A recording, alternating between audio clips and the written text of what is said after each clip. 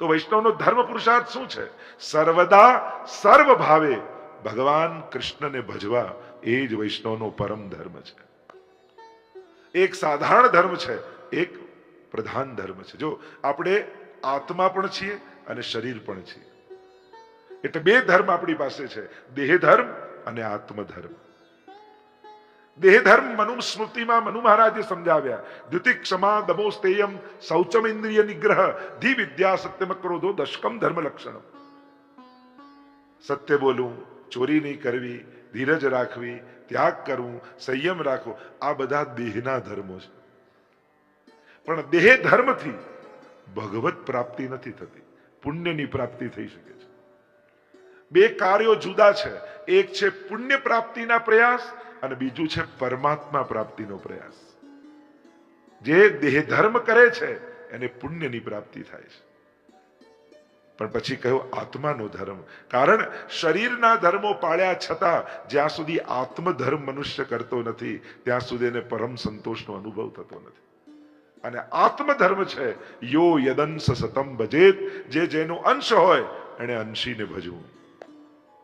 એટલે દેહ ધર્મ બતાવ્યો, આત્મધર્મ કયો? ભગવત સેવા.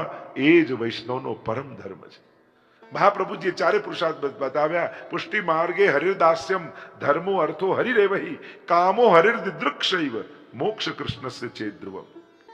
પુષ્ટિ માર્ગે હરિર્દાસ્યમ ધર્મ, દાસતા જ ધર્મ છે. અર્થો હરિરેવહી, વૈષ્ણવનો અર્થ પુરુષાર્થ કયો? ભગવાન જ એના માટે ધનરૂપ છે. ધર્મ હિ તે પાયો યહ ધન ધર્મ હિ તે પાયો, નીકે રાખ યશોદા મૈયા નારાયણ બ્રજાય. પ્રભુ જ ધનરૂપ છે. અર્થો હરિરેવહી કામો હરિદૃક્ષૈવ. વૈષ્ણવનું કામ પુરુષાર્થ શું છે? ભગવાનને જોવાની ઈચ્છા. એ જ વૈષ્ણવનું કામ છે. જો વૃત્રાસુર ચતુશ્લોકી આપણે આગળ જોઈએ હતી, એમાં પણ ધર્મ અર્થ કામ અને મોક્ષનું વર્ણન છે. અને એમાં કામ પુરુષાર્થને સમજાવતા વૃત્રાસુર બહુ સુંદર વાત કરે છે. સ્તન્યમ યથા વત્સતરા ક્ષુધાર્થા પ્રિયમ પ્રિયેવ ભૂષિતમ વિષન્ના મનોરવિંદાક્ષ દિદૃક્ષતે ત્વામ. પ્રભુ, મારી ભીતર આપને મેળવવાની કામના જાગે. કેવી રીતે? અજાત પક્ષા, નાના નાના ચકડીના બચ્ચા હોય, હજી પાંખો ફૂટી ન હોય, માને ચણ લેતા આવતી જુએ અને ચી ચી ચી ચી કરીને જે આકાશ ગજવી દે, એવી માને જોવાની તત્પરતા જેવી બચ્ચામાં છે, એવી તત્પરતા મારી ભીતર આપને જોવામાં થાય. ક્યારે એમ થાય રોજ દર્શન કરવા જઉં છું, આજે નથી ગયો, માથું ચડી ગયું છે. ચા ન મળે તો માથું ચડી જાય, દર્શન મળે તો થાય. આસક્તિ એને જ કહેવાય, વ્યસન એને જ કહેવાય કે જેના વગર ચાલે જ નહીં. અને એટલા માટે એવી આસક્તિ, આપણે ત્યાં તો વાર્તા સાહિત્યમાં અનેક વાર પ્રસંગો 84-292 ની વાર્તામાં આવે કે વૈષ્ણવને એવો આસક્ત ભાવ હતો, રોજ દર્શન શ્રીનાથજીના કરવા જાય. એક દિવસ થોડા મોડા પડ્યા, દ્વાર બંધ થઈ ગયા રાજભોગના, અને એટલો તાપ એને થયો, મારાથી કયો અપરાધ થયો, કયો દોષ થયો કે શ્રીજીના દર્શન આજે ન થયા. નિજ મંદિરની પાછળની દિવાલમાં જઈને માથું પર ચડવા લાગ્યો. અરે મારો કયો અપરાધ, શ્રીનાથજી બાબા ક્ષમા કરો. અને એટલો તાપ એને હૃદયમાં થયો કે શ્રીનાથજીથી સહન ન થયું. શ્રીનાથજી પોતાની છડી ઉપાડી બખોલ કરીએ દિવાલમાં, અને બખોલ કરીને શ્રીનાથજી એમાંથી દર્શન આપ્યા. દર્શન સાચા અર્થમાં તો ત્યારે થાય જ્યારે શ્રીજીને દર્શન આપવાની ઈચ્છા જાગે. ક્યારેક તમે નિયમિત જતા હશો ને, થોડાક મોડાએ થયા હશો ને, તો કોઈ ને કોઈ કારણસર તમારા માટે દર્શન ખુલ્લા મળશે. તમને એમ થાય કે આજે તો દર્શન બંધ થઈ જશે, આજે નહીં થાય, અને ભાગતા ભાગતા તમે જાઓ, ચોક્કસ શ્રીનાથજી બાબા જાણે તમારી રાહ જોતા હોય ને એ રીતે દર્શન ખુલ્લા હશે. કારણ કે પ્રભુને પણ અમુક ભક્તોને દર્શન આપવા ગમે છે. પ્રભુ પણ પ્રતીક્ષા કરતા હોય છે. બધા તો આવ્યા, પણ જે રોજ આવ્યો કેમ નથી આવ્યો? એ તો રોજ આવે છે. એટલે પ્રભુ પ્રતીક્ષા કરે છે જીવોની. દિદૃક્ષૈવ અજાત પક્ષાયુ માતરમ ખગા સ્તન્યમ યથા વત્સતરા ક્ષુધાર્થા. જેમ એક વાછરડું હોય, ભૂખ્યું થયું હોય, ગાય વનમાં ચરવા ગઈ હોય અને માને આવતું જુએ ને વાછરડા કેવા કૂદકા મારે. પ્રભુ આવે, મળવાની ઈચ્છા જાગે. પણ થયું દૂધ પીવાનું છોડી દે, પછી ક્યાં રાહ જુએ? પક્ષીના બચ્ચાઓને પાંખો ફૂટી જાય, પછી ક્યાં માની પ્રતીક્ષા કરે છે? એટલે કહ્યું પ્રિયમ પ્રિયેવ વિષિતમ વિષન્ના. એક પ્રિયા જેમ પ્રિયતમની પ્રતીક્ષા કરતી રહે, હું પણ સદાય આપને જોવા માટે એ જ રીતે લાલાયિત રહું. આ કામ પુરુષાર્થ કયો છે. ભક્તોની ભીતર અલૌકિક કામ હોય છે, અને જ્યારે પ્રભુ પરક કામનાઓ જગાવો છો ને તો સંસાર તો સહજમાં સિદ્ધ થઈ જાય છે. તમે જેમ અમદાવાદથી મુંબઈ જવા નીકળો તો બરોડા અને સુરત તો રસ્તામાં જ આવી જાય, એના માટે જુદા જવાની જરૂર ન પડે. એમ જે ભગવાનને રાજી કરવા માટે આગળ વધે છે ને, સંસાર તો આપમેળે પ્રસન્ન થઈ જાય છે, કારણ કે એને પ્રભુને પ્રસન્ન કરવાનો સંકલ્પ કર્યો છે. પ્રદ્યુમ્નજીના પ્રાગટ્યની કથા આવી, રતિ સાથે એમના વિવાહ થયા છે એની કથા આવી, પ્રભુના અન્ય વિવાહોની કથા આવી. મેં ગઈકાલે જ કહ્યું હતું, નવધા ભક્તિ ભગવાનને વરે એ જ ભગવાનની વિવાહની કથા છે. અને એટલા માટે ભગવાનના 9 વિવાહની કથાઓ આવશે. એમાં અષ્ટપટરાણીઓના 8 વિવાહ અને 9માં 16,000 કન્યાઓ સાથે એક જ મુહૂર્તમાં 16,000 રૂપ ધારણ કરી અને પરમાત્માના થયેલા વિવાહ. આ તો 16,000 મનની વૃત્તિઓ છે. તો 9 પ્રકારના નવધા ભક્તિ રૂપ, શ્રવણમ થી શરૂ કરી, શ્રવણમ કીર્તનમ વિષ્ણોહો, સ્મરણમ પાદ સેવનમ, અર્ચનમ વંદનમ દાસ્યમ, સખ્યમ આત્મનિવેદનમ. આ નવધા ભક્તિ દ્વારા ભગવાનને વરવાનું છે. આપણો આત્માનો પતિ આપણો પરમાત્મા છે. એ શ્રવણ દ્વારા હોય, એ કીર્તન દ્વારા હોય, એ સ્મરણ દ્વારા હોય. નવધામાંથી કોઈ એક ભક્તિ પણ પકડી લેશો ને તો બીજી 8 ભક્તિ સહજમાં થવા લાગશે. પણ બહિર્મુખ ક્યારે નહીં થવું. મહાપ્રભુજીની એક સ્પષ્ટ આજ્ઞા છે, તું ઓછું કરીશ તો ચાલશે, પણ ક્યારે પણ પ્રભુથી બહિર્મુખ ના થતો.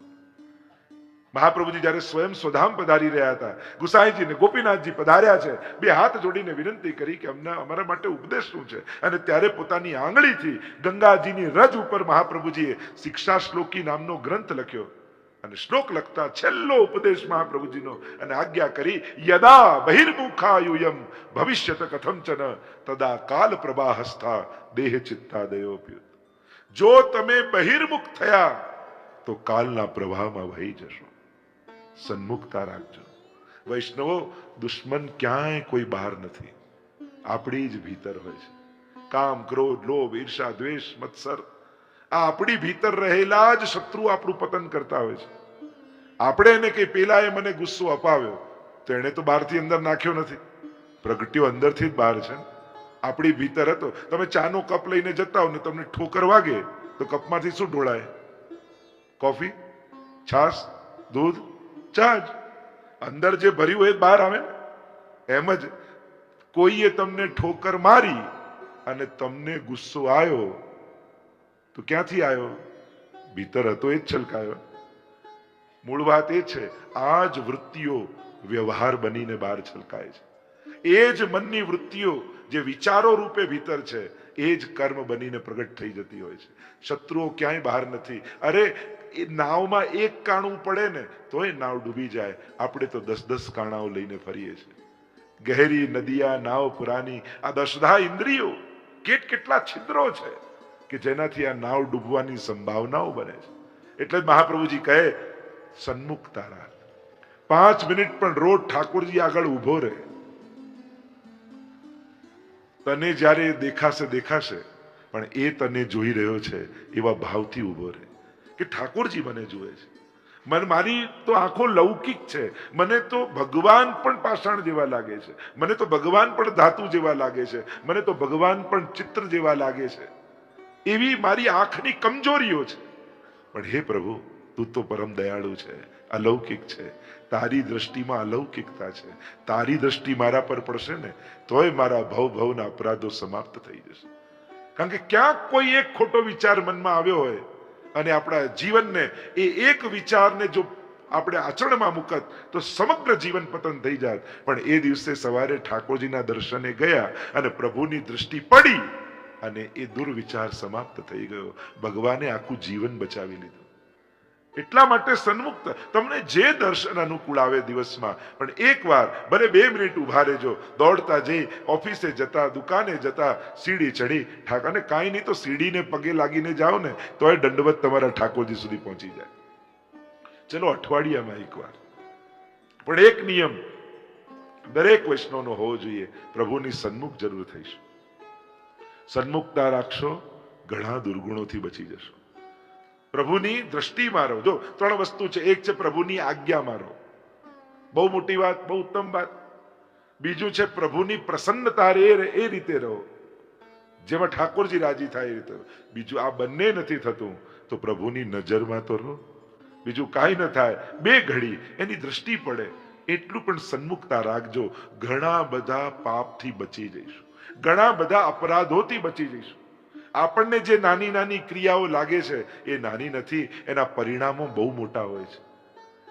ભાગવત એમ કહે છે, બીજું કાંઈ નહીં, રોજ પ્રણામ કરો ઠાકોરજીને. પ્રણામો દુઃખ સમનસ્તમ નમામિ હરિમ પરમ. તમારા સમસ્ત દુઃખોની જો તમારે સમાપ્તિ કરવી છે, સીધો સાદો ઉપાય ભાગવતે આપ્યો. રોજ ભગવાન આગળ ઉભા રહી 2 હાથ જોડી પ્રભુને દંડવત કરો, પ્રણામ કરો. એ પ્રણામ કરવા માત્રથી સમસ્ત દુઃખોની સમાપ્તિ કહી છે. સરળતમ ઉપાય. તમને કે આવું પગે લાગવાથી ખાલી શું થાય? અરે આ નાના નાની ક્રિયાઓ જે મોટા ચમત્કારો સર્જે છે ને, એની આપણે કલ્પના નથી કરી શકતા. કારણ કે જયારે આ ભાગ્યની દુર્ભાગ્યની ઉલટી રેખાઓ માથા પર હોય ને, જયારે પ્રભુના ચરણમાં ટેકો ને, ત્યારે ઊંધી બધી જ સીધી રેખા થઈ જાય. એ દુર્ભાગ્ય સદભાગ્યમાં ફેરવાઈ જાય. એ સામર્થ્ય ભગવાનમાં છે. અહીંયા પ્રભુના અન્ય વિવાહોની કથા આવી. સત્રાજીત નામનો યાદવ દ્વારિકામાં રહે છે. એની પાસે શમંતક નામનું એક મણિ છે. રોજ 8 ભાર સોનું આપે છે. ભગવાનને થયું કે જો આ મણિ રાજ્યકોષમાં આવી જાય તો આખી પ્રજા સુખી થાય. એમ પણ કોઈ વિશેષ વસ્તુ હોય છે ત્યારે ગવર્મેન્ટ એને ટેક ઓવર કરી લેતી હોય છે, જેથી એની સુરક્ષા રહે. સમજાવ્યો સત્રાજીતને કે એમ કરતું આ મણિ રાજ્યકોષમાં આપી દે. એને ના પાડી, માન્યો નહીં. જેવી તારી ઈચ્છા. એક વાર પોતાના ભાઈ પ્રસેનને મણિ આપ્યો હતો અને પ્રસેન ગળામાં બાંધી અને શિકાર કરવા માટે નીકળી ગયો હતો શિકાર કરવા, અને પોતે શિકાર થઈ ગયો. 1 દિવસ 2 દિવસ અને આટલા દિવસ થઈ ગયા, હજી પોતાનો ભાઈ ઘરે આવ્યો નહીં. એટલે સત્રાજીતે આળ લગાવ્યું ભગવાન પર કે આ કૃષ્ણને મણિ જોઈતો હતો અને મેં ન આપ્યો, એટલે મારા ભાઈને મારી એને મણિ લઈ લીધો છે. જો આ દુનિયાએ તો ભગવાનને છોડી નથી. એટલે જેને ભક્તિ કરવી હોય ને, એને બહુ બધાનું સાંભળવું નહીં. કારણ કે આ દુનિયા પૂરા બગડવાય નહીં દે આપણને, ને પૂરેપૂરા સુધરવાય નહીં દે. કારણ કે સંસાર છે ને, હંમેશા આપણે એના કામના બનેલા રહીએ ને એવો જ પ્રયાસ કરે. અને જે દિવસે તમે એના કામના ન લાગો એ દિવસે તમારી નિંદા શરૂ કરી દે. જેને સત્કર્મ કરવા છે, જેને સેવા કરવી છે, જેને ભક્તિ કરવી છે, જેને આત્મકલ્યાણ સાધવું છે, એને બહુ એવું નહીં વિચારવું કે લોકો શું કહેશે. પાછા આપણે પણ કોઈ સત્કાર્ય લોકોના કહેવાથી મૂકી દઈએ, પણ પાપ માટે લોકો ટોકીને થાકી જાય, પણ એ છોડવા ક્યારે તૈયાર નથી. નકામો વ્યક્તિ નકામી વાત કરી આપણા પુણ્યો છોડાવી દે છે. સારામાં સારો વ્યક્તિ સારી વાત કરી આપણને પાપથી છોડાવી શકતો નથી. સાવ નકામ, જેનું કોઈ ગામમાં ન માનતું હોય એની વાત સાંભળી, પેલા આમ કહ્યું ને, હવે હું સેવામાં નહીં આવું, હવે હું આ કામ નહીં કરું. સત્કર્મ તો તરત કોઈના પણ કહેવાથી છોડી દઈએ, અને પાપ ઘરના લોકો કહીને થાકી જાય, આચાર્યો કહીને થાકી જાય, પણ એ છોડવા તૈયાર થતા નથી. તમારી દુકાન કોઈ ચાલતી હોય, બાજુવાળા ન ગમતી હોય ને કંઈક ગમે તે બોલે બંધ કરી દો. લૌકિક કામ તો છોડતા નથી, તો આ લૌકિક કાર્યો અને સત્કાર્યો શા માટે છોડવા? કોઈ પણ નાદાન વ્યક્તિના કહેવાથી હાથમાં આવેલા સત્કર્મો મૂકી નહીં દેવા. કારણ કે દુનિયામાં એવા ઘણા નાદાન લોકો છે, અને ઘણાની નાદાનીઓ સમાજમાં વહેંચણી કરી નાખે, ભાગલા કરી નાખે. એટલે નાદાન વ્યક્તિઓના નાદાનીથી ક્યારે પણ સમજદાર વ્યક્તિની જોડે ઊભા નહીં રહેવું. તમને એમ થાય કે મેં ક્યાં કઈ કર્યું, આ તો આણે કર્યું, મને ક્યાં વાંધો હતો. ભીષ્મજી આ જ ભૂલ કરીને દુર્યોધન જેવા નાદાનના પક્ષમાં જઈને ઊભા રહ્યા ને, તો એમણે બાણસૈયા પર સૂવું પડ્યું. એમની કોઈ ભૂલ નથી ભીષ્મજીની, એનો કોઈ અપરાધ નહોતો, છતાંય દંડના ભાગી કેમ થયા? કારણ કે દુર્યોધનના પક્ષે. એટલે તમે દોષી છો એ જરૂરી નથી, દોષીના પક્ષે ઉભા રહો ને તો તમે એટલા જ પાપી થઈ જાઓ છો, એટલા જ અપરાધી થઈ જાઓ છો. કારણ કે તમે એના સાથે છો, તમે એની જોડે છો, તમે ત્યાં ઉભા છો. એટલે માણસ કેટલો સાચો છે એ પોતે કેટલો સાચો છે એ પૂરતું નથી, પોતે કોની જોડે ઊભો છે, કોના પક્ષે ઊભો છે એ પણ બહુ મહત્વનું છે. એટલે જ્યારે પણ સત્કર્મ કરવા નીકળો ત્યારે ગમે તે નાદાન વ્યક્તિના કહેવાથી હાથમાં આવેલા પુણ્ય મૂકી ન દેતા. કારણ કે એ તો બોલીને જતો રહ્યો. તમે સત્કર્મ છોડી દો. જે સંસ્થામાં કરતા હો, મંદિરમાં કરતા હો, મંડળમાં કરતા હો, જ્યાં જ્યાં જે રીતે તમે સત્કર્મ કરતા હો, પણ કોઈ સાધારણ અને નાદાન વ્યક્તિના કહેવાથી હાથમાં આવેલા પુણ્ય મૂકી નહીં દેવા. કારણ કે પુણ્યો દરેકના હાથમાં લખેલા નથી હોતા. પૈસો ઘણા પાસે લખેલો હોય છે, પણ દરેક હાથમાં પુણ્યો લખેલા નથી હોતા. મળેલી વસ્તુને, મળેલા સાધનોને દરેક વ્યક્તિ આત્મોદ્ધારના કારણ નથી બનાવી શકતું. આપણે આખી જિંદગીમાં મહેનત કરીને જે મેળવ્યું છે એ મેળવેલું આપણા આત્મકલ્યાણનું કારણ બની શકે છે, તો જ તમે હોશિયાર અને ચતુર વ્યક્તિ છો. અને એ જ તમારા પતનનું કારણ જો તમે બનાવી દીધું તો એક તો સમયનો ભોગ આપ્યો, જીવનનો ભોગ આપ્યો, અને મેળવ્યું એનાથી પણ જીવનનું પતન કરી નાખ્યું, તો તમે તમારી સમજદારી શું? પહેલા મેં કહ્યું, ભેગું કરેલું એને જ કહેવાય જે ભેગું આવવાનું હોય. જે ભેગું આવવાનું નથી એને પોતાનું ભેગું કરેલું માનતાય નહીં. કારણ કે જ્યારે આપણા મેળવેલા સાધનો, આપણા આત્મોદ્ધારના ચિંતન કરજો, વિચાર કરજો, મેં આખી જિંદગી મહેનત કરીને શું મેળવ્યું, અને જે મેળવ્યું એ મારા આત્મકલ્યાણનું કારણ બની શકે. જો આત્માનું કલ્યાણ ન કરી શકે તો કમથી કમ પુણ્ય સંચયનું કારણ તો હોવું જ જોઈએ. કાં એના થકી પુણ્ય કરો અને કાં આત્મકલ્યાણ. તમે જ્યારે સમાજ સેવા કરો છો ત્યારે પુણ્ય સંચય કરો છો, જ્યારે તમે ભગવત સેવા કરો છો ત્યારે તમે આત્મકલ્યાણ કરો છો. અને આ બંનેમાંથી એક કારણ તો બનવું જ જોઈએ. એટલે પ્રયાસ કરજો, તમે જે પ્રાપ્ત કરો છો એનાથી તમારી બુદ્ધિ ભગવત બુદ્ધિ બની રહે છે કે નહીં, એના પ્રયાસમાં લગાવજો. અહીંયા જ્યારે સત્રાજીતે આળ લગાડ્યું ભગવાન પર, ત્યારે પ્રભુને થયું કે આને હું સમજાવવા જઈશ તો સમજશે નહીં. કારણ કે જ્યારે સમાજમાં તમે કોઈ સત્કર્મ કરવા નીકળો ને, જો સમુદ્ર મંથનની કથામાં આવ્યું ને, સૌથી પહેલા શું નીકળ્યું? વિષ નીકળ્યું. ત્યારે સૌથી પહેલું વિષ આવે. હવે આવું તો કંઈક થતું હશે, આમ તો કંઈક કરાતું હશે, આવું તો કંઈક બનતું હશે, સૌથી પહેલા વિષ નીકળે. પણ કોઈ મહાદેવજી જેવો વૈષ્ણવ હોય ને, એ વિષપાન કરી જાય. અને જો વિષપાનની તૈયારી નથી તો ક્યારે પણ અમૃતનો કળશ તમારા હાથમાં નહીં આવે. વિષપાનની તૈયારી રાખીને જ સત્કર્મ કરવા નીકળજો, તો જ ક્યારેક અમૃતના કળશને તમે પ્રાપ્ત કરી શકશો. ભગવાનને થયું હું આને ગમે તેટલો સમજાવીશ પણ આ નહીં સમજે, હું પોતે મણી શોધી આના હાથમાં લાવીને આપી દઉં તો જ આને સંતોષ થશે. અને આમ વિચાર કરી પ્રભુ પોતે શોધવા માટે નીકળ્યા વનમાં. શોધતા શોધતા શોધતા એક જગ્યાએ નજર પડી, પ્રસેનનો મૃતદેહ પડ્યો હતો અને એની બાજુમાં રીંછના પંજાના, સિંહના પંજાના નિશાન. રીંછેને મારીને મણી એને ખાતા મણી પણ જતો રહ્યો એની જોડે. આગળ આગળ આગળ ગયા પંજાની પાછળ પાછળ તો સિંહનો મૃતદેહ દેખાયો, રીંછનો પંજાના નિશાન હતા. થયું કે સિંહને મારી કોઈ રીંછ લઈ ગઈ છે. ભગવાન એની પાછળ જતા જતા એક અંધારી ગુફા દેખાઈ. એની ભીતર ભગવાન પ્રવેશ કર્યા અને તરાપ મારી એક રીંછ છે. આજે પણ તમે પોરબંદર જાઓ તો એની પહેલા રાણા વાવ આવે, અને રાણા વાવમાં આ જાંબુવાંજીની ગુફા છે, આજે પણ છે. અને ભયંકર યુદ્ધ થયું ભગવાન સાથે. અને એ જાંબુવાનજીને થયું કે આ કોઈ સાધારણ નથી, કારણ કે મારી સાથે આટલું યુદ્ધમાં કોઈ ટકી ન શકે, ભગવાન સિવાય કોઈ ન ટકી શકે. આ કોઈ સાધારણ નહીં પણ સાક્ષાત ઈશ્વર છે. વંદન કર્યા, ભગવાને એનો પરિચય આપ્યો છે. કહ્યું આ મણી તો આપ લઈ જાઓ, પણ મારા સંસારનું મણી જાંબુવતીજી, એને પણ આપ ગ્રહણ કરો. અને વિવાહ થયા જાંબુવતીજી સાથે. પ્રભુના અન્ય વિવાહોની કથા આવી. મણી લઈને આપ્યો છે અને સત્રાજીતે કહ્યું મારી સત્યભામાજી સાથે વિવાહ કરો. એમ પ્રભુના અષ્ટપટરાણીઓની કથા આવી. કાલિંદી, મિત્રવિંદા, સત્યા, ભદ્રા, લક્ષ્મણા આદિ આદિ પ્રભુના આ અષ્ટધા પ્રકૃતિ એ જ અષ્ટપટરાણી છે. ભૂમિ, રાપો, નલો, વાયુ, ખમ, મનો, બુદ્ધિ, રેવચ, અહંકાર, ઇત્યમ મે ભિન્ના પ્રકૃતિ અષ્ટધા. જે અષ્ટધા પ્રકૃતિ છે એ જ પરમાત્માની અષ્ટપટરાણી છે. 16,000 કન્યાઓને કેદ કરીને રાખી છે ભૌમાસુરે, નરકાસુરે. વચ્ચે કિલ્લો છે, ચારે બાજુ પાણી છે. 16,000 કન્યાઓને કેદ કરીને રાખી છે અને કહ્યું કે બધા સાથે એક સાથે વિવાહ કરીશ. મૂર નામના દૈત્યને એ કિલ્લાની રક્ષામાં રાખ્યો છે. ભગવાન ગરુડ પર સવાર થઈને પધાર્યા છે. મૂરનો વધ કર્યો, પરમાત્માનું નામ પડ્યું. બોલો મુરારી ભગવાન કી જય. મુક્ત કરી છે 16,000 કન્યાઓને. કહ્યું છે જાઓ તમે તમારા નગરમાં જાઓ.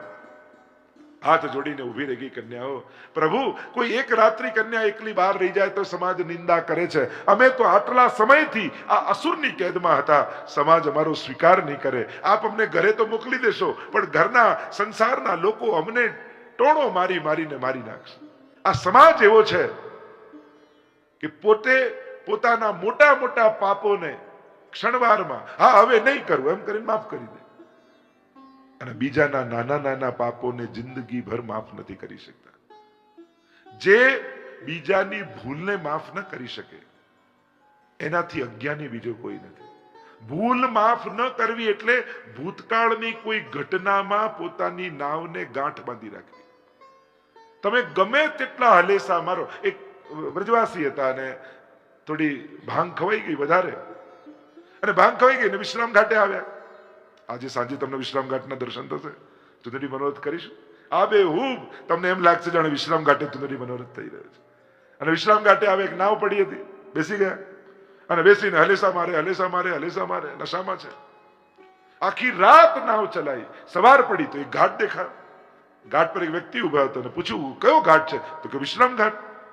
અરે કાલે તો રાતના હું નીકળ્યો, આખી રાત નાવ ચલાવી, પાછો સવારે ત્યાં ને ત્યાં જ છું. કે જિંદગીભર નાવ આ રીતે ચલાવીશ ને તોય ત્યાં ને ત્યાં રહીશ. કે કેમ? પાછળ જો તારી નાવ એક ખીટીમાં બંધાયેલી છે, એ ખીટી કાઢ, થોડા હલેસા મારીશ તો આગળ જતી રહેશે. એમ જ કોઈને ક્ષમા ન કરવી એટલે કોઈ ઘટનાની ખીટીમાં પોતાની નાવને બાંધી રાખો. જીવનના ગમે તેટલા હલેસા મારો, પણ એ દિવસે તમે આમ કર્યું હતું. ઘણી વાર લોકો કે અમને કઈ યાદ નથી રહેતું. સાવ ખોટી વાત. 25 વર્ષ પહેલા તમારું કોઈએ અપમાન કર્યું હશે ને તો ટાઈમ, તિથિ, વાર, જગ્યા સાથે યાદ હશે. યાદ હોય છે કે નહીં? મૂળ વાત છે આપણી મેમરી વીક નથી હોતી, આપણો ઇન્ટરેસ્ટ વીક હોય છે. જે કાર્યમાં તમારો ઇન્ટરેસ્ટ વીક હોય ને એ ભૂલી જવાય. અને જ્યાં તમને અપમાનમાં વધારે રસ છે ગુણગાન કરતા, તમને નિંદામાં વધારે રસ છે પ્રશંસા કરતા, તમને સન્માનમાં વધારે રસ છે અપમાન કરતા, અપમાનમાં વધારે સન્માન કરતા. કારણ કે એ બધી દુર્ઘટનાઓને માણસ ભૂલી નથી શકતો અને સારી ઘટનાઓને તરત ભૂલી જાય છે. જો ને તમને એ ને એ જોક્સ 2 વાર 3 વાર પહેલા જોરથી હસવું આવે, પહેલી વારમાં, બીજી વારમાં થોડું ઓછું આવે, ત્રીજી વારમાં તો જરાય હસવું ના આવે. પણ એ જ કોઈ દુઃખની વાત કે તો પહેલી વારમાં થોડું દુઃખ થાય, પાછું કોઈ કે તો હજી દુઃખ વધે, ત્રીજી વાર કે પછી તો પોક મૂકીને રડવા જ લાગે માણસ. એટલે દુઃખને ઘાટે છે ત્યારે ઘાટું કરે છે, સુખને ઘૂંટે છે ત્યારે ઝાંખું કરતો જાય છે. માણસ સારી વાતોને તુરંત ભૂલવા તૈયાર થઈ જાય છે. અને એટલા માટે જ્યારે કથામાં બેઠા છો ને, તમે ભાગવતમાં બેઠા છો, 2 વસ્તુ આજે મને આપી છે. એક, પહેલું, આજ સુધી તમારું કોઈએ કાંઈ પણ બગાડ્યું હોય, તમારું કોઈ મનદુખ કરાવ્યું હોય, કોઈ વાત તમારા મનમાં લાગી આવી હોય, એ ક્ષણોને, એ ઘટનાને અને એ વ્યક્તિને ક્ષમા આપી ભાગવતજીના ચરણોમાં મૂકી દો. બધા એ જેટલા બેઠા છે, તમારા મનમાં રહેલી ખરાબ સંસ્મરણો, દુઃખના સંસ્મરણો, કોઈ એવી ઘટના, કોઈ એવો પ્રસંગ, કોઈ એવો સમય, કોઈ એવા વ્યક્તિ માટેનો ભાવ, એ આજે ભાગવતજી આગળ મૂકી અને હળવા બની જાઓ. અને બીજી વાત, આજ સુધી તમે કોઈનું સારું કર્યું હોય, તમે કોઈને મદદ કરી હોય, અને એ જો તમે યાદ રાખતા હો તો એ પણ આજે ભાગવતજી આગળ મૂકી દો. કારણ જૂના કરેલા સત્કર્મો બહુ યાદ રાખીએ ને તો નવા કરવાની ઓછી ઈચ્છા થાય. એકવાર તો મદદ કરી હોય, પાછું શેનું કરવાનું આપણને એમ થાય. એટલે આજ સુધી તમે કોઈનું સારું કર્યું ને એ પણ મૂકી જ દો આજે. કારણ ભૂલશો ને તો નવું કરવાની ઈચ્છા થશે. ફરી દુઃખ જ લાયકાત હોય છે, માણસની બીજી કોઈ લાયકાત નથી. અન્ન આપો તો ભૂખ જ લાયકાત છે. પછી એ જોવાનું કઈ જ્ઞાતિનો શું કર્યું, પહેલા શું કરતો હતો, પાપી હતો કે શું, ભૂખ્યો છે તો એ લાયક છે, દુઃખી છે તો એ લાયક છે. પછી એના જૂના ઘટનાઓને ન જોય, પહેલા તો એનો સારો ટાઈમ હતો ત્યારે તો મારી જોડે એને આમ કર્યું હતું, આ બધું યાદ રાખીએ. અરે એ સારું નહોતો કરી શક્યો, તને અવસર છે, તું તો સારું કરી લે. કારણ કે એ નતો સારું કર્યો, એનો ખટકો તારા મનમાં છે, તો તારો ખટકો એના મનમાં શા માટે આવે? તને નતું ગમ્યું તો આજે તું કરીશ તો એને નહીં ગમે, છોડ. એટલે કે આ જે ભાગવત જો નવજીવન, આ મુક્તિ આપે છે ને ભાગવત. અને મુક્તિ શું છે? શેનાથી મુક્ત થવું છે? કુછ ઇસ તરહ मैंने अपने को आजाद किया, कुछ इस तरह मैंने अपने को आजाद किया, कुछ लोगों से माफी मांगी, कुछ लोगों को माफ किया. બસ મુક્તિનો આ જ છે. જ્યાં ક્યાંક આપણાથી કોઈકનું કંઈક થયું હોય, ભાગવતમાં બેઠા છો અને એ કંઈક યાદ આવે તો ભાગવતની કથા પૂરી થયા પછી એની પાસે જઈ બે હાથ જોડીને કહેજો, માફ કરજો હો, એ સમયે મને ખ્યાલ નહોતો, સમજ નહોતી, મારી સમજણ એવી હતી અને મારે કારણે કોઈ દુઃખ પહોંચ્યું હોય તો આજે હું માફી માંગુ છું. માફી માંગી લેજો અને તમારો કોઈ અપરાધ કર્યો હોય તો એની પાસે જઈને કહેજો, એ દિવસે મન દુઃખ થયું ને, જા મેં તને માફ કરી દીધો, મને ન ગમે એવું તે કર્યું હતું, મારી સ્મૃતિમાં હતું, પણ આજે હું તને માફ કરું છું, જા, હવે મારા મનમાં તારા માટે કોઈ કચવાટ નથી. કારણ કે આપણે રાખેલો કચવાટ એ દુઃખી આપણને જ કરે છે. જે દુર્ગુણો છે એ પહેલા દુઃખી દુર્ગુણ વાળાને કરે. હું તને દિલથી માફ કરી મુક્ત થઈ જાઉં છું. મુક્તિનો આ જ સરળતમ ઉપાય છે. અને માફી માંગે પછી આપવું એ પણ કંજુસાઈ જ છે. પેલો મને સોરી કહી દે ને તો મને કાંઈ નથી, પણ એવી પણ શા માટે રાહ જોવાની કે પેલો કહે તો આપું? ક્ષમા આપણા સ્વભાવમાં હોવો જોઈએ, આપણા કર્મમાં નહીં. કર્મ એને કહેવાય કે માંગે તો આપો. સુગંધ ફૂલના સ્વભાવમાં હોય છે, એનું કર્મ નથી હોતું. કારણ કે પાણી પાવા આવે ને તો એટલી જ સુગંધ આવે, અને ડાળ કાપવા આવે ને તોય ફૂલમાંથી એટલી જ સુગંધ નીકળે. એ ક્યારે એમ નથી વિચારતો આ તો કાપવા આવ્યો છે, આને શેની સુગંધ આપવાની? એ ક્યારે એવું નથી વિચાર, એના સ્વભાવમાં છે. અને જ્યારે ગુણો સ્વભાવમાં આવી જાય ને તો દુશ્મન જોડે પણ ગુણનો જ વ્યવહાર થાય. પણ જો કર્મમાં રહેશે તો પછી તમે સિલેક્ટિવ થઈ જશો, આની જોડે આમ કરવાનું ને પેલી જોડે આમ કરવાનું. અને આવો ભેદ રહેશે તો કાયમ માટે ગુણ સ્થિર નહીં થાય. તો આ ભાગવતની દિવ્યતા છે. કહેવા લાગ્યા 16,000 કન્યાઓ કે આપ અમને સંસારમાં મોકલશો, સંસાર વાળા અમને જીવવા નહીં દે. કારણ કે સંસાર જલ્દી કોઈના પાપને ભૂલતું નથી, માફ કરતું નથી, યાદ રાખે છે. અને એટલે જ પાપીને પાપમાંથી મુક્ત થવું અઘરું બનાવી દે છે સંસાર. કેમ? કારણ કે જલ્દી માફ નથી કરતું એટલા માટે. કારણ કે જ્યાં પણ જશે તો એને એના પાપ યાદ અપાવશે, એને ભૂલવા નહીં દે. અને એટલા માટે પાપમાં રત જ રહેશે. અને એમ થશે કે પાપ કર્યા વગર હવે તો રહેવાશે જ નહીં. ક્ષમા કરશો, સ્વીકાર જ પરિવર્તનનું પહેલું ડગલું છે. જેમ છે એવું એકવાર સ્વીકારી લો ને, એ જ ક્ષણેથી બદલાવની શરૂઆત થઈ જાય. કે આ તો મેં કલ્પ્યું નહોતું કે મને મનમાં ઘણીવાર આપણે લોકો સામેવાળાની કેવી કલ્પનાઓ, હું જઈશ તો આમ કહેશે, આમ સાંભળવું પડશે, આમ થઈ જશે. પણ તમે એને ચમત્કાર અનુભવ કરાવો, સહજમાં જેવો છે એવો સ્વીકારી લો. સ્વીકાર જ એની ભીતર પરિવર્તનની શરૂઆત કરાવશે.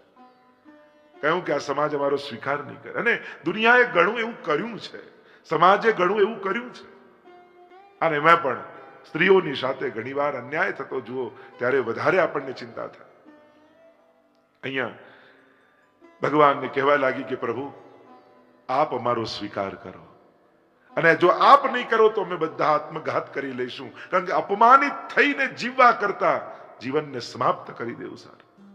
અને જ્યારે કરગરવા લાગી આ બધી જ કન્યાઓ, ત્યારે ભગવાન ઈચ્છત તો બધાને દાસી બનાવીને રાખી શકત, પણ ભગવાન તો બધાનું સન્માન સાચવે છે. 16,000 રૂપ પરમાત્માએ ધારણ કર્યા, અને એક જ મુહૂર્તમાં 16,000 વિવાહ પરમાત્માના થયા. આ બધી દિવ્ય કથાઓ છે. મનની 16,000 વૃત્તિઓ ભગવાનને સમર્પિત કરવામાં આવી છે. કે હવે જે કોઈ પણ વિચાર વ્યવહાર આવે એ પ્રભુ સંબંધી આવે.